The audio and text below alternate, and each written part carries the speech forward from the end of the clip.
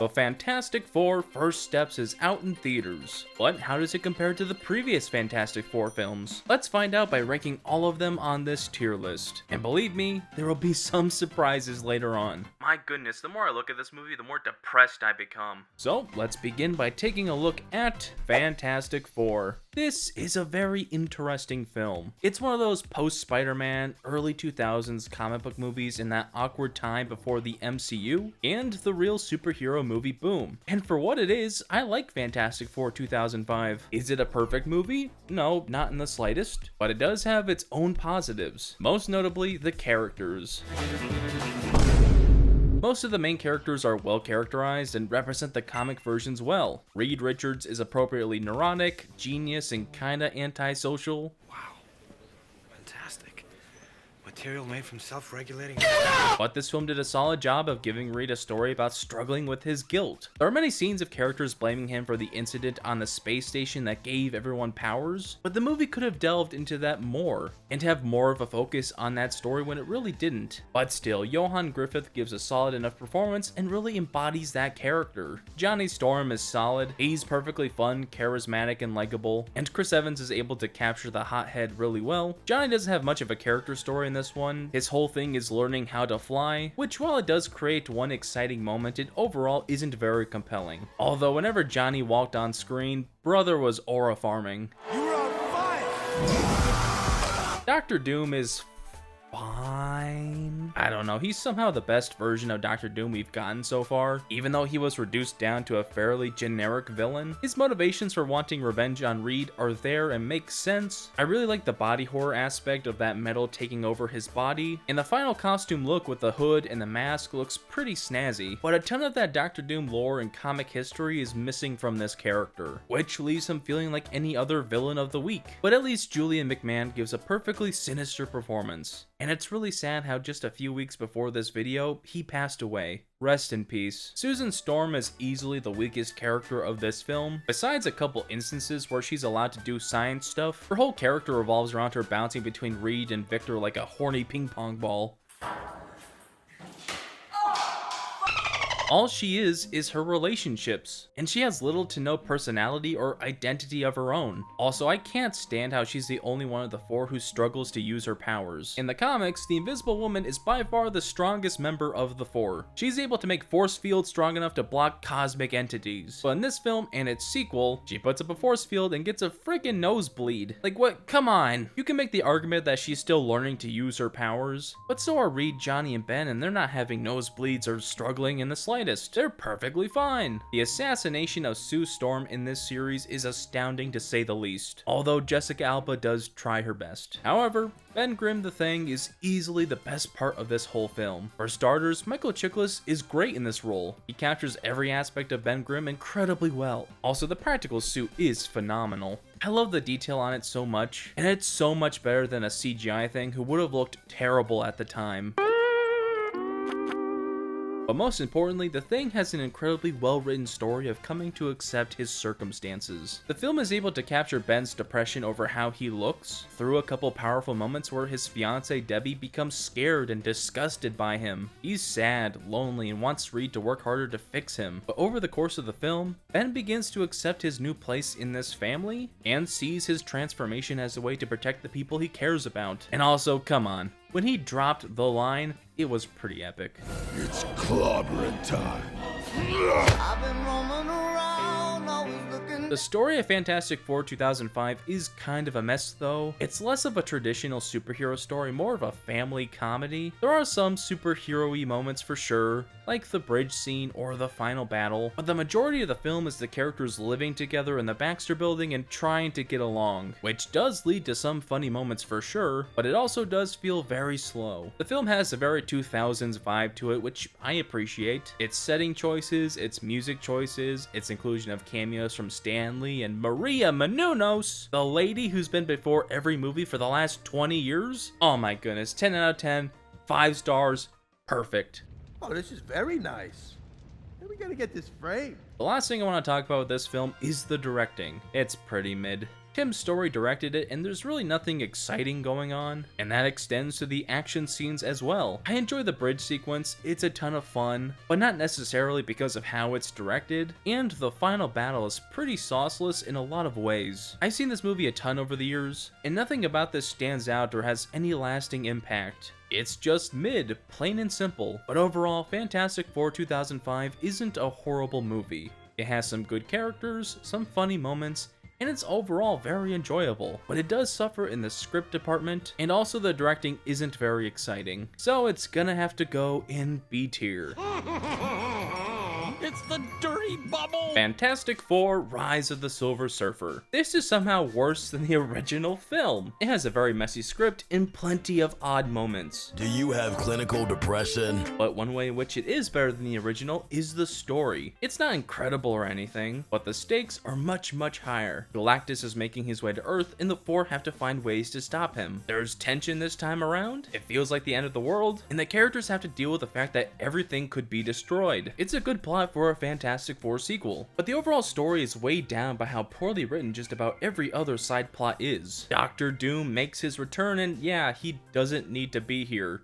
Like at all. Surf's up, metalhead! Victor Von Doom adds nothing to this film. In fact, he actually takes away. His encounter with the Surfer removes his disfiguration, and so his plan is to steal the Surfer's board and kill the Fantastic Four and that's it. Bro, look, there's bigger fish to fry in this film than you. Because the movie has to dedicate so much time to building up Doctor Doom as a threatening villain again, it takes away screen time that could have been given to Silver Surfer or Galactus that could have made them more compelling. Also, outside of killing the Four, what even is Doctor Doom's goal?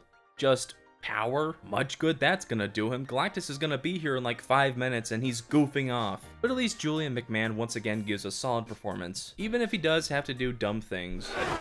They tried to give the Silver Surfer a character arc and it completely fails. Norrin has this story of coming to realize that he isn't just a slave, he actually is free to make his own choices, which leads to him Electrode self-destructing and killing both himself and Galactus. But this story isn't developed nearly enough. He has a couple scenes with Sue where he explains why he works for Galactus, and that's literally it. The Silver Surfer is a flat and unmemorable character in this film. Except for his design, that is peak, I can't lie. But what is maybe the worst story of this entire film is Susan Storm's. My goodness. So in the beginning, she's ticked off at Reed because he's busy focusing on, you know, saving the world and making sure everything is fine instead of their wedding. And the reason she's so upset is because she's having doubts of this superhero life. She loves him, but she isn't certain if this is what she wants her life to be. And while I think this story could maybe potentially be decent, it seems very out of character for the Invisible Woman, who should be as dedicated to the team as everyone else. And the way her story ends is just pathetic. She gets stabbed, dies, resurrected, and now she's all of a sudden completely on board with the team and no longer has any worries about being a superhero. I guess the Surfer talking about his responsibilities could have inspired her to change her mind, but no. One half-assed, really fast talk between two characters isn't enough to completely change someone. Give me a break. But at least the cast across the board still does a solid job. Johan Griffith, Jessica Alba, Chris Evans, and Michael Chiklis are all just as good here as they were in the previous installment, and also Lawrence Fishburne's vocal performance as the Silver Surfer is solid. But one thing that isn't solid is Galactus. Get it? Because he's like a gas cloud. He's not solid matter in this movie. I know everyone has been clowning on it for years, but yeah, this version of Galactus is laughably terrible. I remember seeing this in the theater as a kid in 2007 and just being completely dumbfounded. I have seen Galactus quite a few times up until that point in cartoons and in the greatest game of all time, Marvel Ultimate Alliance, but even as a kid, I knew this vaguely Galactus-shaped fart cloud was just not it. It also straight up removes any characterization Galactus could have had. He's not a character anymore, he's just a force, a dumb force. The last thing I want to talk about with Rise of the Silver Surfer is that I think the action here is significantly better than in the original. Some effects have aged horribly, especially at the end, but there are a few sequences that really stand out as exciting and memorable, like the Silver Surfer chase, or Doctor Doom on the board versus the Four, or when Johnny takes everyone's powers and solos Doctor Doom as a better looking Super Skrull. Which, speaking of, I think that Johnny's swapping powers plotline makes for some pretty fun and entertaining moments. Sue! What's going on? We're on fire! All in all, Fantastic Four: Rise of the Silver Surfer isn't the best movie ever made. It has some highlights for sure, but it does suffer from a messy script, poorly written characters, and one of the worst character adaptations of all time. So it's gonna have to go in C tier. Yeah, listen. We f***ed up. Fant Four Stick. And yep, I'm only gonna refer to this movie as Fant Four Stick. Look, I know this movie's bad. You know this movie's bad. The Easter Bunny, the Tooth Fairy, and the Queen of England all knew this movie was bad. It was only made because 20th Century Fox wanted to keep the Fantastic Four rights, which sure did work well for them. We get completely brand new versions of these characters, and while they are mostly complete messes, I do think some of the changes made could have worked. For one, these characters are much younger than we're used to. They're very similar to the versions from the Ultimate Universe comics, and their youth makes them more reckless, and so they progress the story in a different way when compared to their older versions. But ultimately, this difference doesn't really change anything, and there are other changes too, like Reed no longer being antisocial, Susan is. But they don't actually do anything with this at all. It doesn't affect their romance in the slightest. Not that there was a romance to begin with, but you know. Also, Sue was adopted now, and her and Johnny are adoptive siblings. Again, there's room for exploration with this new character dynamic, but there's nothing here at all. At least Reed still has his guilt over what happened to Ben and the other characters, and that serves as his character motivation for a whopping 10 minutes until Dr. Doom returns. But after that, the whole plot point is dropped, and now Reed and Ben are back to joking about things being fantastic or whatnot. It's fantastic. Say that again? It's no secret that this film had a ton of production issues, and because of this, the pacing in the story is just a huge mess. Fant Four Stick is essentially broken up into two different parts. The first half is the more sciencey adventure storyline, with everyone attempting to teleport to this planet. This is generic at best. It's kinda slow and it's full of odd character moments. One that always stood out to me was Victor being mad at Reed who's chatting up Sue, but then that never comes up again. Like, why even write that into the script? But the second half, after everyone gets their superpowers, is a very typical superhero storyline, and it's so rushed. It feels like the movie is trying its hardest to get to the finish line, and honestly, that's a positive. I'm glad the movie ends sooner. Man, what a disaster.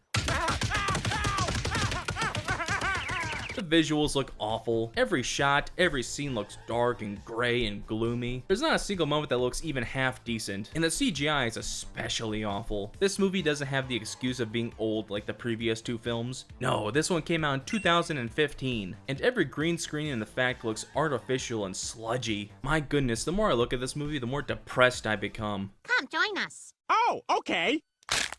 Dr. Doom is the villain once again, and he is somehow worse than the previous interpretation. As Victor Von Doom, he's whiny and annoying and kind of a doomer, and as Dr. Doom, he completely falls apart. So he wants to use his newfound powers in the power of the planet to, I guess, destroy the Earth and form a new one, because the current Earth is just too bad and has too much global warming or something like that. So let me get this straight. He's so upset that the Earth is dying that he's gonna destroy it. I may not have a brain, gentlemen, but I have an idea. But also, his design is straight up garbage. Nah, we can't have a cool armor and a green cloak. We need him to look like a melted Happy Meal toy with LED gamer lights. Just an incredibly lame villain who I've enjoyed laughing at for the past 10 years. But the one character I haven't mentioned yet that bums me out the most is, of course, The Thing. The Thing has always been one of my favorite Marvel characters, and he was butchered here. Let's take a look at his design for a second. What were they thinking? I saw someone say that he looks like Popeye's fried chicken, and honestly, that's not wrong. He does. Also, why is he naked? Why is he not wearing pants? Every time he's on screen, it's just uncomfortable because his rocks are out. It's just incredibly off-putting. But that's nothing compared to how they assassinated his character. Fant Four Stick turned the lovable blue-eyed Thing into a CIA hitman with a confirmed kill count. And even though the Thing's sadness over how he looks is part of his character, it's not his whole character. In the Fant Four Stick version is missing the humorous, the lovable, and the human part of Ben Grimm. Also, his signature line, "It's clobberin' time," was what his brother would say when he would beat him. Hey, clobbering time. What'd you think? All in all, Fant Four Stick is a truly awful superhero film. It's a disaster through and through with a horrible script, ugly visuals, and some of the most bastardized characters in all of superhero media. It has to go in D tier, it's just awful. Now it's time to take a look at... Wait, What is that? Now, I originally had a whole part here where I covered the 1994 Fantastic Four film, but unfortunately that made the entire video receive a copyright strike. And so my agreement with the copyright owners is that I can't use any footage from the film, and in return they will remove the copyright strike. So in summary, Fantastic Four 1994 is just kinda bad, and it's gonna have to go in D tier. Sorry, this is the best I can do. Wow, the Fantastic Four movies are not ranking so well. But before we can see if the newest film can top them all, I just want to say, if you're enjoying this video, why not hit that subscribe button? I post a bunch of cool videos like this one every single month, and we are getting closer and closer to 100,000 subscribers, which is when I'm gonna release the ranking of every Star Wars movie and show. So if you want to see that, make sure you're subscribed. But now, it's time for... He's gonna shoot the president! Holy smokes, I've gotta do something! All right, Lee, time to become an American hero. The Fantastic Four First Steps. I've been waiting all my life for a faithful adaptation of the Fantastic Four that is not only good, but fantastic. And that's what we have here, a fantastic movie. And just a heads up, there will be no spoilers. The new versions of these characters across the board are exceptional. Ebon Moss-Bachrach was born to play Ben Grimm. He captures all the characters' mannerisms well, and though the Thing doesn't have much of a story here, we do get a few scenes that let us into who this character is. This one shot from the film speaks 1,000 words of who Ben Grimm is and what he thinks about himself. And yeah, it is funny that they got Cousin to play him, okay? That is awesome. Holy fuck! Motherfucker! I got stabbed! Joseph Quinn's Johnny Storm was a real standout. People were very unhappy with his casting, and frankly, I never understood that. I get those Stranger Things edits were annoying, but still. I don't like this, Christy. Wait. In a bunch of scenes, he kinda stole the show. Quinn captures that playboy, carefree side of the character, but the film explores the core of Johnny, and shows at many points how he really is a hero and he is the guy you want in your corner. So I'm excited to see more of his Human Torch. I love Chris Evans, but I think I like Joseph Quinn more. But then there's Vanessa Kirby, Sue Storm, oh my goodness. For every complaint I had with the Jessica Alba version of the character, this new version rectifies them. Not only is the character better written, not only does Sue Storm have an actual character arc that is central to the film overall, but the Invisible Woman is by far the strongest member of this Fantastic Four, as she should be. And Vanessa Kirby, oh my goodness, what a powerful performance. I won't go into detail because of spoilers, but so many scenes are anchored by her, and she is just phenomenal. But let's talk about the elephant in the room, Pedro Pascal as Reed Richards. When he was first announced, I will admit, I was disappointed. It felt like a safe choice, especially since he was the leading man of a lot of different popular brands. But what can I say, the guy can act. He is phenomenal as Mr. Fantastic. Completely blew me away. It doesn't matter how many projects he's been because he's a completely different person in every single one. Mando is not the same as Joel. Joel is not the same as Reed. And Reed is not the same as Oberyn Martell. Pascal's Reed is very soft-spoken, very internally thinking, and weighed down by the guilt of all his past actions and the actions he hasn't yet done. It's a brilliant performance, and I couldn't be happier that this is our Mr. Fantastic in the MCU. I just hope nothing bad happens to him.